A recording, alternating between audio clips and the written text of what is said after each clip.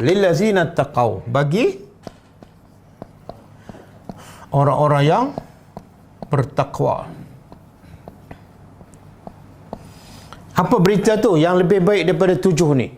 Yang kamu habis masa sampai ketua duk kejar perempuan, duk kejar anak, duk kejar harta emas perak, binatang dan sebagainya.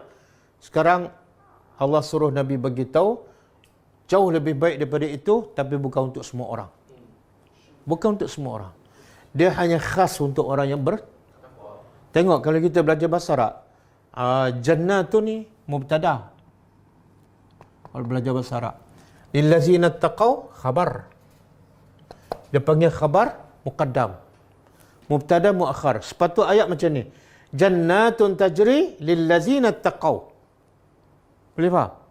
Maksud macam ni. Syurga yang mengalir di bawahnya sungai untuk orang bertakwa. Ayat dia macam tu asal. Tapi Allah terbalikkan. Untuk orang bertakwa, syurga. Ada maksud. Makna apa? Allah nak bagi tu. Khusus untuk orang bertakwa. Makna kalau kamu tidak ada sifat takwa, jangan berangan-angan untuk dapat syurga ni. Bukan untuk orang kaya, bukan untuk orang Arab, bukan untuk syekh-syekh ataupun ustaz-ustaz. Untuk orang bertakwa aja.